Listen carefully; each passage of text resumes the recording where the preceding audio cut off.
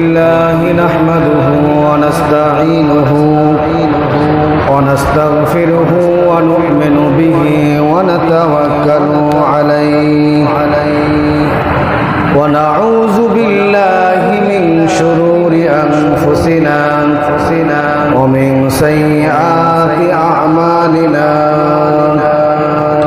من يهده الله فلا مضل له ومن يضلله فلا هادي له ونشهد أن لا إله إلا الله وحده لا شريك له ونشهد أن سيدنا وسندنا وحبيبنا ومولانا محمدا عبده ورسوله أرسله بالحق بشيرا ونذيرا وداعيا إلى الله بإذنه سراجا وقمرا منيرا أما بعد فأعوذ بالله من الشيطان الرجيم بسم الله الرحمن الرحيم يا أيها الذين آمنوا توبوا إلى الله توبة نصوحا صدق الله مولانا العظيم وقال رسول الله صلى الله عليه وسلم التائب من الذنب كمن لا ذنب له أو كما قال عليه الصلاة والسلام إن الله وملائكته يصلون على النبي يا أيها الذين آمنوا صلوا عليه وسلموا تسليما اللهم صل على محمد وعلى آل محمد كما صليت على إبراهيم وعلى آل إبراهيم إنك حميد مجيد اللهم بارك على محمد وعلى آل محمد كما باركت على إبراهيم وعلى آل إبراهيم إنك حميد مجيد بلغ العلا بكماله كشف الدجى بجماله حسنت جميع خصاله صلوا عليه وآله محبت بلغ العلا بكماله كشف الدجى بجماله حسنت جميع خصاله صلوا عليه وآله আলহামদুলিল্লাহ আল্লাহ তাআলা দরবারে লাখ কোটি শুকরিয়া যে মহান আল্লাহ তাআলা আমাদেরকে আল্লাহ তাআলার পবিত্র মহান হুকুম জুমার নামাজ আদায় করার জন্য বিভিন্ন কাজকর্ম থেকে বাছাই করে আল্লাহ তাআলার ঘরে আসা এবং বসার তৌফিক দান করেছেন এজন্য আমরা আল্লাহ তাআলা দরবারে প্রাণ খুলে অন্তর খুলে শুকরিয়া দিই আলহামদুলিল্লাহ আল্লাহ তাআলা দরবারে লাখ কোটি শুকরিয়া যে আল্লাহ পাক আমাদেরকে গত জুমা থেকে নিয়ে আজ জুমা পর্যন্ত আল্লাহ তাআলা আমাদেরকে হায়াতুত তাইয়্যিবা নসিব করেছেন আল্লাহ তাআলা আমাদেরকে মায়া করে মুহাব্বত করে ভালোবেসে সুস্থ রেখে আবার আল্লাহ তাআলা ঘুরে আসার সুযোগ করে দিয়েছেন এজন্য আমরা আল্লাহ তাআলা দরবারে আবার অন্তর খুলে একবার শুকরিয়া আদায় করি আলহামদুলিল্লাহ আমরা মানুষ মুসলমান আমরা গুনাহ করতে ভালোবাসি ক্ষমা চাইতে লজ্জা বোধ করি কিন্তু আল্লাহ তাআলা ওই বান্দাকেই বেশি ভালোবাসে যেই বান্দা যে গুনাহ করার পরে অপরাধ করার পরে সাথে সাথে আল্লাহ তাআলার কাছে ক্ষমা চায়। হে আল্লাহ আমি ভুল করেছি, অন্যায় করেছি আল্লাহ, আমি তোমার কাছে ক্ষমা প্রার্থী, ক্ষমা চাইতেছি আল্লাহ, আমার জীবনে সমস্ত গুনাহ খাতাগুলো মাফ করে দাও। তো আল্লাহ তাআলা যে কত ভালোবাসে জাহির দুনিয়াতে তো গুনাহ করেছি যদি আমি ক্ষমা চাইতাম আল্লাহ তাআলা আমাকে ক্ষমা করে দিত। তখন বুঝা আসবে আসলে মানুষ নগদ বিশ্বাসী মানুষ যেটা নগদে পাওয়া যায় সেটার উপর বিশ্বাসী তাছাড়া বিশ্বাস করতে চায় না। যে মানুষ গুনাহ করতে মানুষের অন্তর একবার পাথর বানায় ফেলিস যে কোরআন হাদিসের কথা শুনলেও মানুষের মন আর ঘাবড়ায় না, মানুষের মন নরম হয় না, কারণ অন্তরটাকে একবারে পাথর বানায় ফেলিস। পাথরের চাইতেও কঠিন পাথরের চাইতেও মনটা কঠিন হয়ে গেছে। যার জন্যে কোরআন হাদিসের কথা আলোচনা শুনলো মানুষের মন একটু ঘামে না, মানুষের দিল নরম হয় না। কারণ ওই যে গুনার পাল্লায় যে বেশি গুনার কাজটা অন্তরের ভিতরে ফিট করে ফেলাইছে বেশি। আজকে যদি গুনার পাল্লা গুনার কাজ যদি ওনার ভিতরে কম থাকতো তাহলে মানুষের দেখেন চোখের পানি কোরআন তেলাওয়াত শোনা মাত্রই চোখের পানি পড়ে যেত। কোরআন ও হাদিসের আলোচনা শুনলে মানুষের মন দিল নরম হয়ে যেত।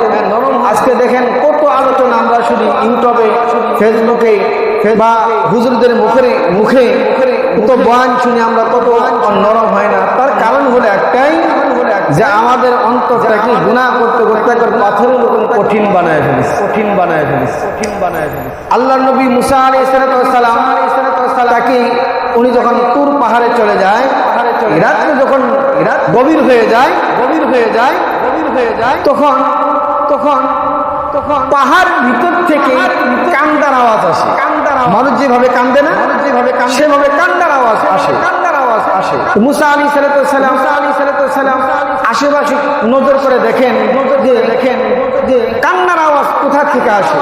একটু দেখি, ঘুরে দেখা আরম্ভ করলে কোথাও মানুষ নাই, কিছু নাই। এই কান্নার আওয়াজ কোথেকে আসে? একবার হুবহু মানুষের মতো কান্না করে মুসা আলাইহিস সালাম খুঁজতে যা দেখে এক পাহাড়ের নিচে বিশাল বড় একটা পাথর। এই পাথর থেকে কান্নার আওয়াজ আসতেছে।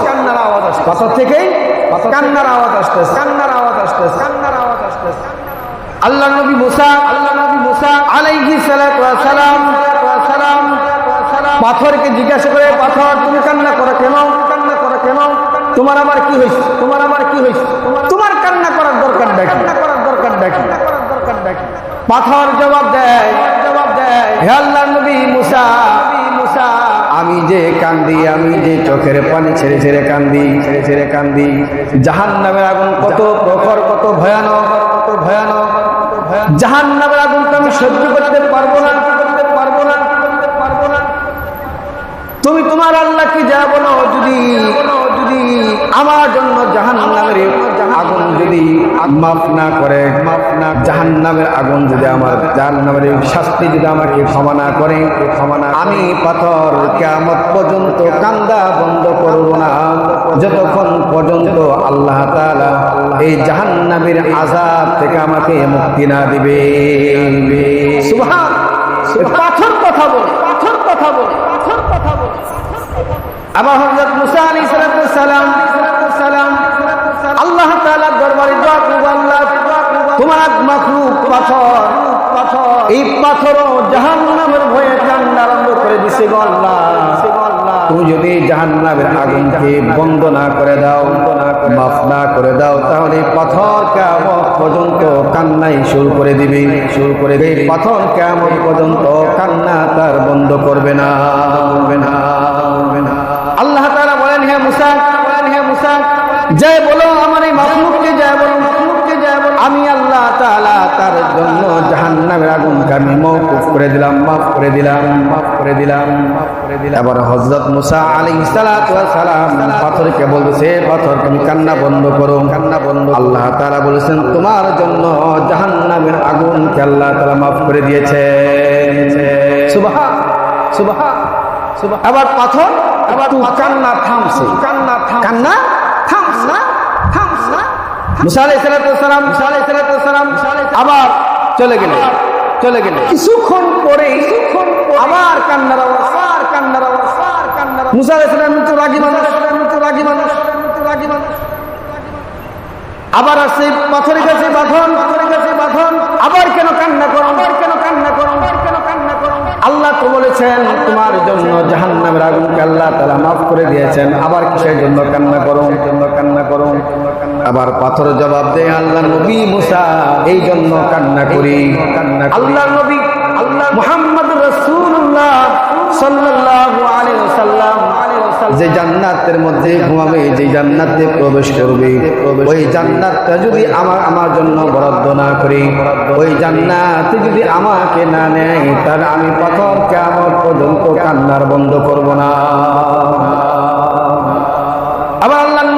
আবার নবী মুসা আলাইহিস সালাম আল্লাহ তাআলা দরবারে আরজ করলেন, ও আল্লাহ, ও আল্লাহ, এই পাথরটা আবার কান্না শুরু করেছে, কান্না শুরু। আলাইহিস সালাম বলল, আল্লাহ, আবার কান্না করে তোমার হাবিব, করে তোমার প্রিয় হাবিব মুহাম্মদুর রাসূলুল্লাহ সাল্লাল্লাহু আলাইহি ওয়াসাল্লাম যে জান্নাতের মধ্যে প্রবেশ করবে, যে জান্নাতে ঘুমাবে, ওই পাথরকে সেই জান্নাতে না দিলে কিয়ামত পর্যন্ত পাথর আর কান্না বন্ধ করবে না, করবে না, করবে না। আবার মুসা আলাইহিস সালামকে আল্লাহ তাআলা বলেন, যাও মুসা, যাও আমার এই মাখলুককে যা বলো, যে আমি আল্লাহ তাআলা আমার দুষ্ট আমার হাবিবকে যে জান্নাতে ঘুমাবে, যে জান্নাতে প্রবেশ করবে, আমি ওই পাথরের জন্য সেই জান্নাতটাই দিয়ে দিব। সুবহান, সুবহান। একটা পাথর হয়ে যদি কান্না করতে পারে জাহান্নামের ভয়ে, জাহান্নামের ভয়ে, তাহলে আজকে আমরা মানুষ পাথরের চাই কি কঠিন, পাথরের চাই কি কঠিন বলেন? মানুষ কি পাথরের তৈরি? মানুষ পাথরের তৈরি না, মানুষ মাটির তৈরি।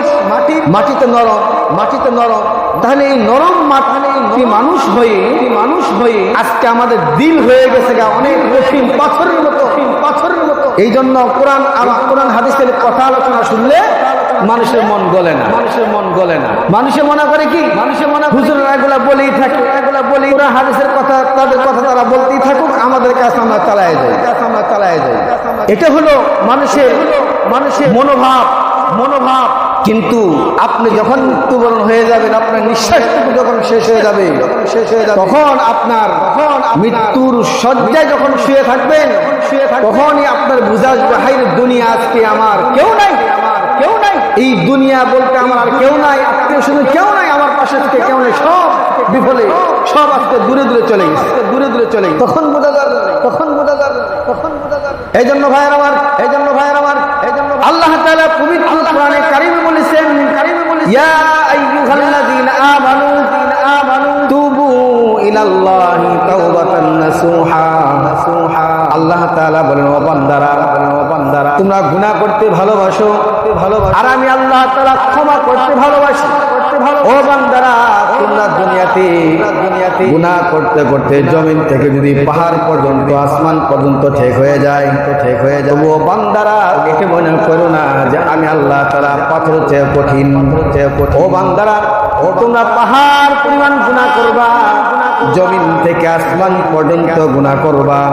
গুনাহ করার পরে বান্দারা তোমরা যখন নামাজে দাঁড়ায় আমার কাছে ক্ষমা চাইবা, আমি আল্লাহ তাআলা তোমাদের জীবনের সব গুনাহ মাফ করে দিব, সব গুনাহ মাফ করে দিব। কি করলে? আল্লাহ তাআলার কাছে ক্ষমা চাইতে হবে, চাওয়ার মতো চাইতে হবে, তাহলে সে আল্লাহ তাআলা ক্ষমা করবেন। এখন গুনাহ করলে বসে থাকবে, আল্লাহ তাআলা বান্দা যখন গুনার কাজের নিয়ত করে যে আমি গুনার কাজটা করব, এরকম নিয়ত করে না মানুষ, নিয়ত করে না। যেমন গাঞ্জা খাইবো, মদ খাইবো, অনেক বিভিন্ন গুনাহ কাজ তারা একটা মনোবিশ্বাস নেয়, মানে প্রতিশ্রুতি নেয় যে এই গুনার কাজটা, এই কাজটা আমি করবো। দেখা যায় গুনার কাজটা, এই কাজটা গুনার কাজ। বান্দা যখন গুনার কাজটা করেই ফেলে আল্লাহ তাআলা গুনাহ লেখেন, মুনকার নাকির ফেরেশতা, যে ফেরেশতা গুনার কাজটা খাতার মধ্যে লিখে রাখি ওই ফেরেশতা আল্লাহ তাআলার কাছে বলবো, আল্লাহ তোমার বান্দা এই গুনার কাজটা করেছে, আমি কি গুনার খাতার মধ্যে লিখে রাখবো। আল্লাহ তাআলা দেখেন কত মায়া, কত দরদ, কত মায়া, কত ভালোবাসে বান্দাদেরকে, কত আল্লাহ তাআলা মহব্বত করে ভালোবাসে। আল্লাহ তাআলা ফেরেশতাকে বলে, ফেরেশতারা আমার বান্দা গুনাহ করেছে, ঠিক না করেছে, দেরি করো, দেখি না আমার বান্দা আমার কাছে ক্ষমা চাই কিনা। এরকম ভাবে তোমার গুনার খাতাটা একটু পরে রাখো। আল্লাহ তাআলা ওয়াদা দেয় 1 ঘন্টা 2 ঘন্টা, একদিন পার হয়ে যায়। আবার ফেরেশতারা আল্লাহ তাআলার কাছে বলে, আল্লাহ একদিন তো পার হয়ে গেল, এখন কি গুনাহটা খাতার মধ্যে লিখবো। আল্লাহ তাআলা বলে, আরেকটু সবুর করো, আরেকটু পরে লেখো। যখন বান্দারা গুনার কথা ভুলে গেছে, গুনার কাজটা করার পর আল্লাহ তাআলার কাছে ক্ষমা চায় না, আল্লাহ তাআলার কাছে নত স্বীকার হয় না, তখন আল্লাহ তাআলা ফেরেশতাদেরকে বলে, ফেরেশতা এখন গুনার কাজটা লিখে ফেলো। আল্লাহর ওয়াদার মোতাবেক ওই গুনার ফেরেশতা তার খাতার মধ্যে বান্দার গুনাহটা লিখে নেয়। দেখেন কত মায়া আল্লাহ। আবার যখন কোন বান্দা নিয়ত করে, সকালে নিয়ত করেছেন আজকে পবিত্র জুমার দিন, জুমার জন্য আজকে আমরা মসজিদে সকাল জুমার নামাজের জন্য মসজিদে চলে যাব, এরকম বান্দা নিয়ত করে যে নেক লেখে এই ফেরেশতা সাথে আল্লাহর ওয়াদার ছাড়াই নেকের খাতার মধ্যে লিখে দেয়। যে বান্দা নিয়ত করেছে যে আমি ভালো কাজটা করব, যেমন মসজিদে আসলে ভালো কাজ না, একটা ভালো কাজ করবো, যেমন দেখা যায় কোন একটা ভালো কাজের নিয়ত করবো, যে আমি মসজিদে 500 টাকা দান করলাম, ওয়াটার লাগে না, ফেরেশতারা সাথে তার খাতার মধ্যে লেখা আরম্ভ করে দেয়। এই জন্য ভাই নেকের কাজ করলে সাথে আল্লাহ তাআলা ফেরেশতাদের মাধ্যমে নেকের খাতার মধ্যে নেক লিখতে থাকে। আর যখন গুনার কাজ করে, তখন গুনার কাজটা লিখতে আরো অনেক সময় লাগে। আল্লাহর পারমিশন ছাড়া গুনার কাজটা লিখতে পারেন। এই জন্য আমরা হাজার পরিমাণ গুনাহ করি, জমিন থেকে আসমান পর্যন্ত যদি গুনাহ জর্জরিত হয়ে যায়, যদি একবার আমি বলি আলহামদুলিল্লাহ রাব্বি মিন কুল্লি যামবিন ওয়া আতুবু ইলাইহি, লা হাওলা ওয়ালা কুওয়াতা ইল্লা বিল্লাহিল আলিয়্যিল আযীম। এরকম আস্তাগফিরুল্লাহ পড়ে বান্দারা যখন আল্লাহ তাআলার কাছে দোয়া করবে, আল্লাহ তাআলা বলে, ও বান্দারা, আমি তোমার জীবনের তামাম গুনাহগুলি মাফ করে দিলাম। এই জন্য ভাইরা আমার, আমরা গুনাহ করতে ভালোবাসি না? গুনার কাজ করতে অনেক মজা লাগে, গুনার কাজ করতে অনেক আনন্দিত লাগে, এটা আমাদের প্রাধান্য বেশি। কিন্তু আল্লাহ বলেন, তোমরা গুনার কাজ করতে ভালোবাসো বেশি, আর আমি আল্লাহ তাআলা গুনাহ ক্ষমা করতে ভালোবাসি বেশি।